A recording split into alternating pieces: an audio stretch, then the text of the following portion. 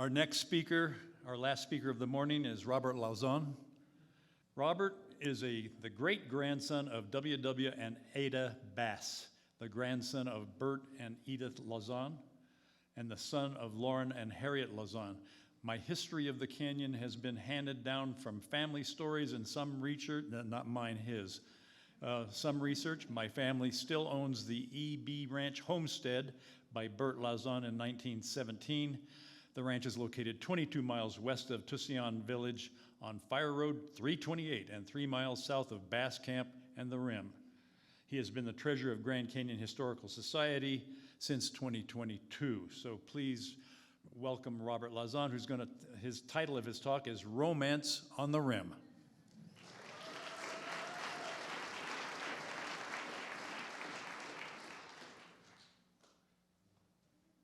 Thank you very much. Let me move this over here so my notes will show up. Good morning, Grand Canyon. That was the announcement we got each morning in 2010 when my wife and I and our two kids ran the river. And each morning they would come out and say, "Good morning, Grand Canyon." And that meant get up and get moving. So hopefully we'll end it today with some positive notes. My history, as we shared, is a family history of 140 years at the Grand Canyon. Starting with W.W. Bass and Ada, we've had quite a history, but that history wouldn't be possible without something I call Grand Canyon glue, which really is the romance of the canyon and the romance of people.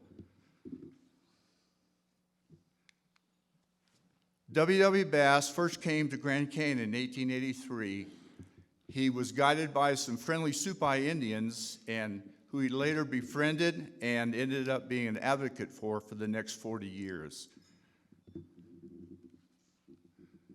if I get this to work. Here we go. In 1880, Bass was the elevated train operator in New York City and was told by his doctors that his failing health could be improved if he moved west. And so in 1880, he left New York City and began to travel west. He began to be prospecting through both New Mexico, southern Arizona, and northern Mexico, and eventually landed in Williams in 1883. His idea was getting rich. How many know that not many people got rich at the canyon? Prospecting wasn't a money-making deal. What he come to find out was there's more money in the pockets of the tourists than there was inside the canyon. In 1884, he set up Bass Camp, which was actually, the original name was, I'll get it here in a minute.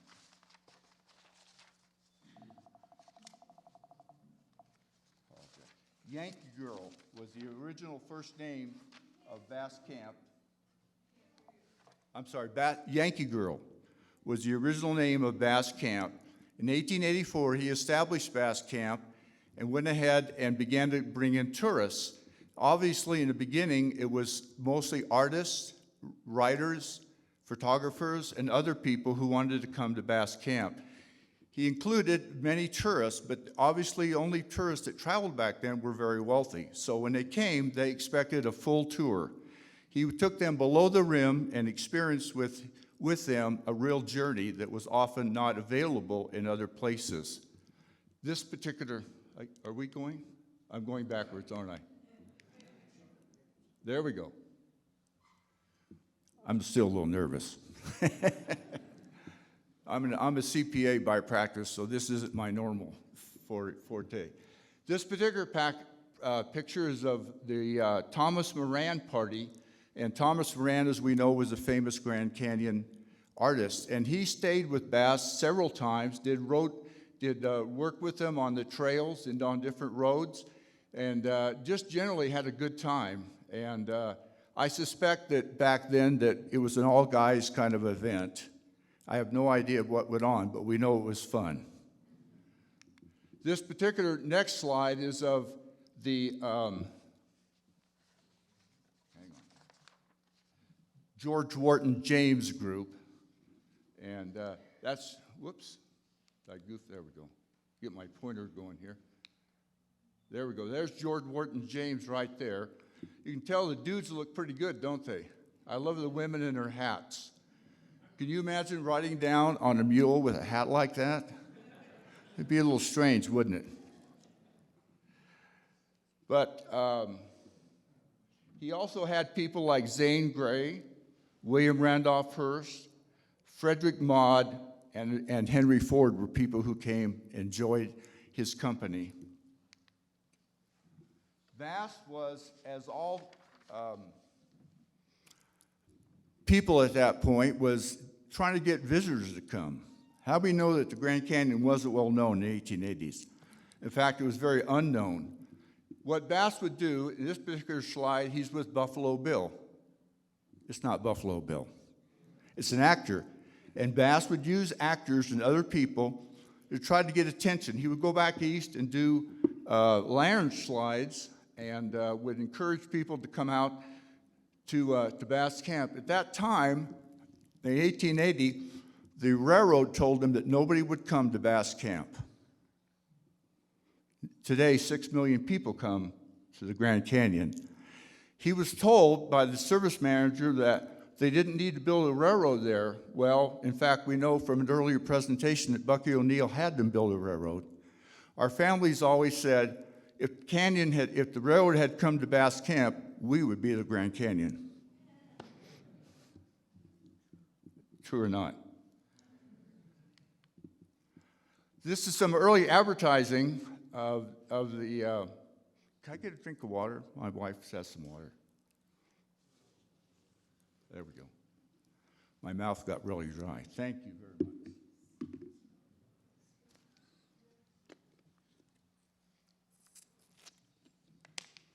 Okay, now we'll have some fun. This is an early advertisement that Bass used when he was trying to encourage guests to come. This is the later one, but you'll notice there what it says.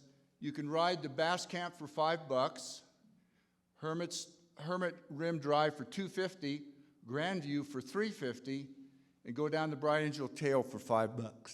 Pretty cheap. Notice the bottom, I think, is really interesting. This is an advertisement. It says, poet and geologist of the Grand Canyon may be found in front of the Verkamp's independent store on the walk east of El Tovar Hotel. He will arrange for your drives and camping trips.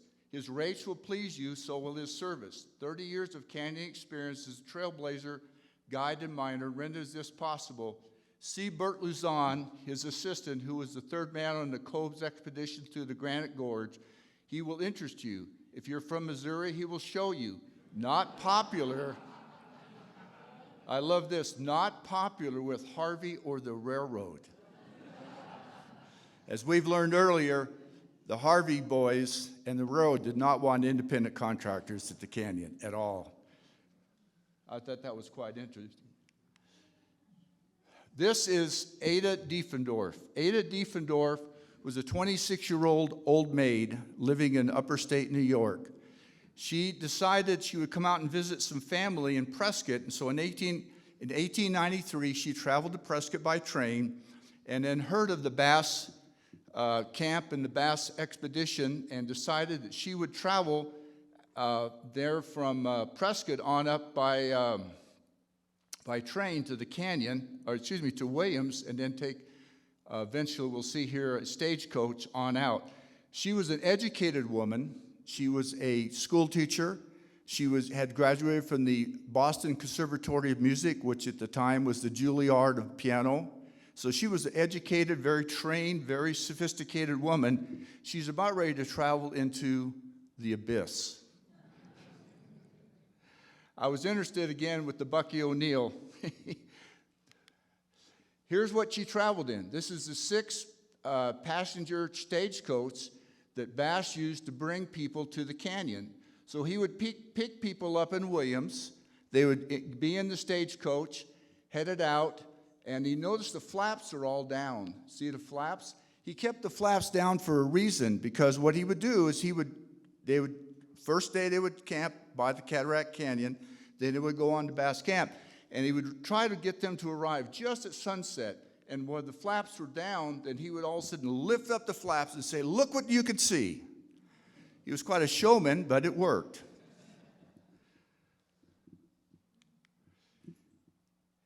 What happened, Ada and WW became fondly engaged with one another. And 5 months later, Ada went back east, or she went back east and arrived 5 months later, and they were married in Williams, Arizona in 1895. And that became the beginning of what I call Grand Canyon glue. This couple went through, as I studied it, I began to realize the difficulties that one experienced in the 1880s, especially living where they were out at Bass Camp. Her life was a difficult life. Her life was filled with laundry. This is the laundry day. It took 3 days to do the laundry.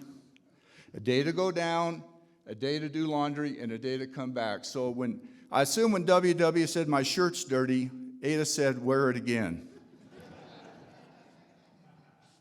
I can only imagine the conversation they must have had about laundry.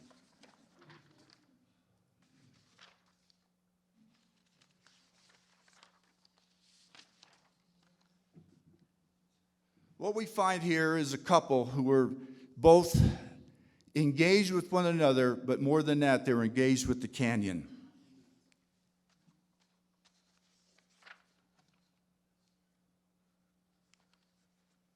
Life on the rim. How would you like to cross the canyon? This was an example of a horse that had jumped out of the carriage crossing the canyon. I'm sure that Ada probably thought this was a tough way to get across the canyon, across the river.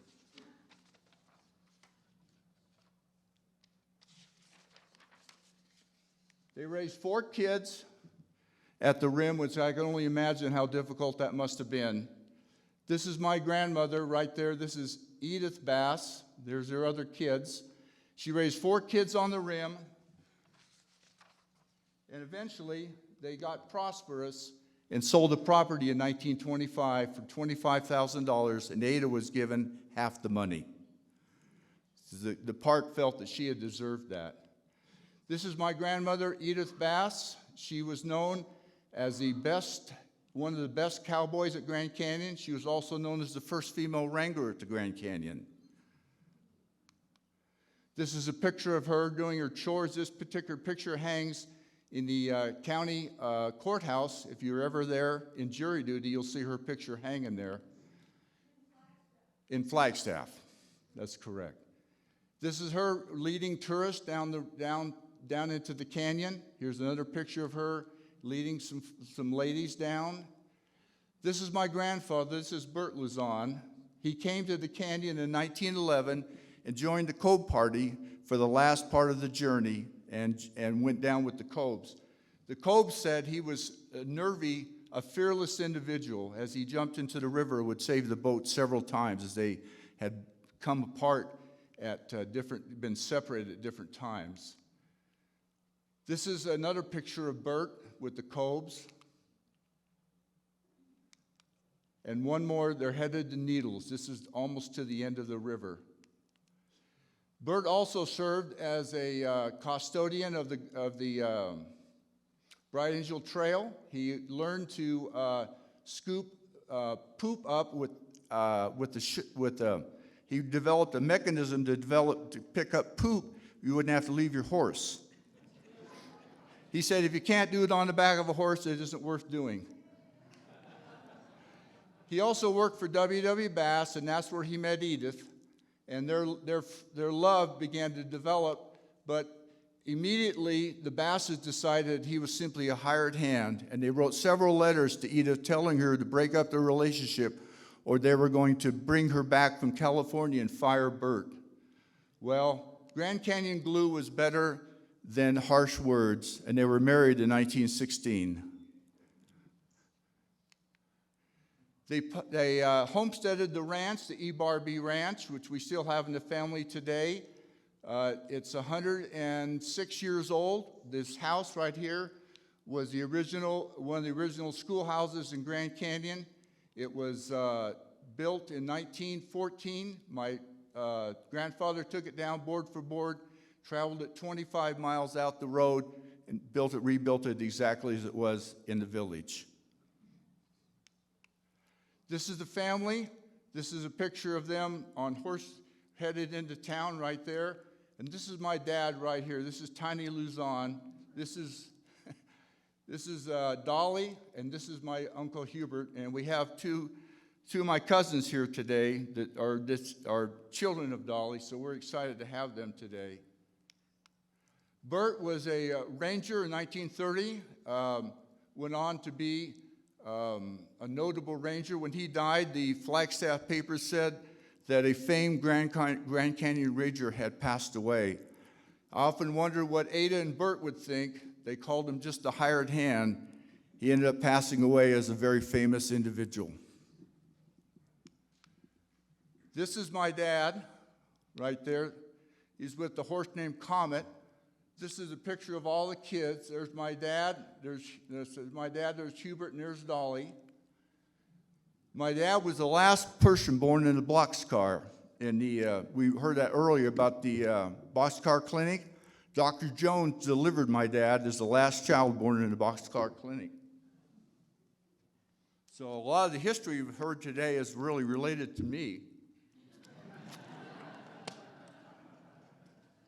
I'm just kidding, of course.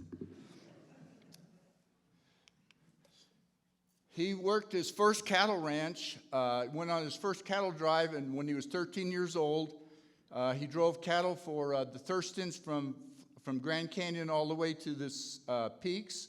And then in 1939, he was on a cattle drive for the Babbitts, the CO brand. He participated in the Supai Rodeo, Grand Canyon Rodeo. He was, in essence, a quintessential Grand Canyon person. Been born, raised. Horses were his life. This is a picture of them sitting on a corral. They had just rounded up 75 horses and sold them for dog food. Things were different back then. This is my mom, Harriet Julia Lauzon. She was a New Yorker, born and raised in the Bronx in New York. She went to Yankee games, went skiing in New Hampshire.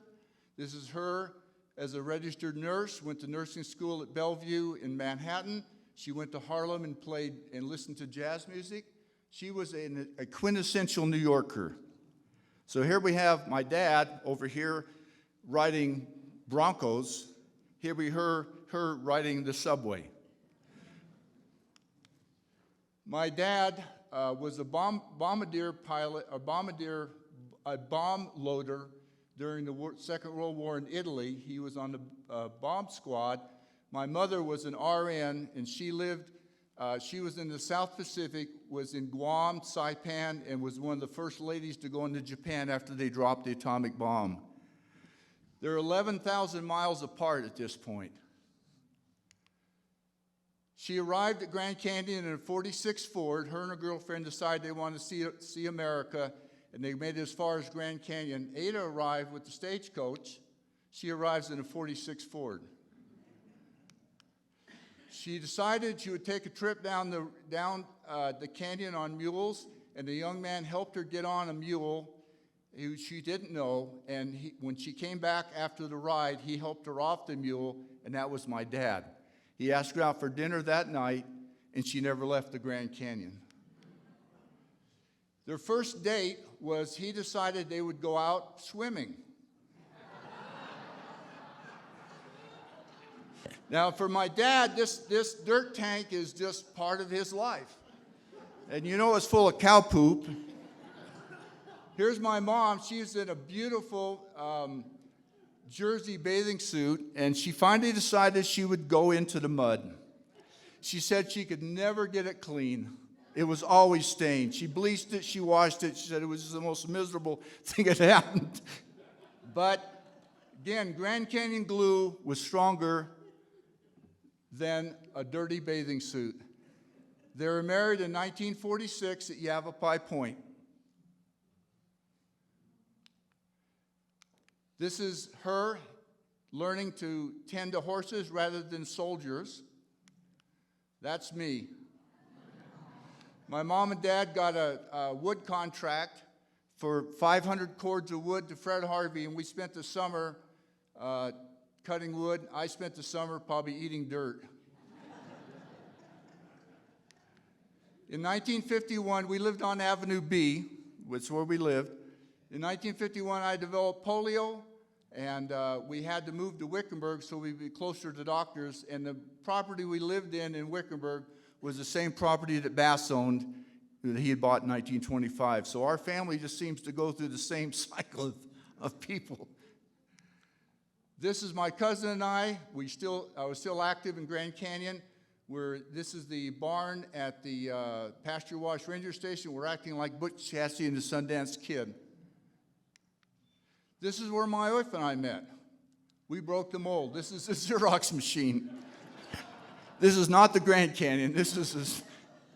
We were both working for Maricopa County in the county department, and we met at the Xerox machine. That's when you had a key and everyone used the same big machine. We were married in 1978. We just celebrated our 45th wedding anniversary just a couple days ago. Thank you. And this picture is out of the recent issue of the Arizona Highways. They featured the cemetery, and I was walking to that just today, and we have 9 members of our family who are buried there. Only the Verkamps have as many. Thank you very much.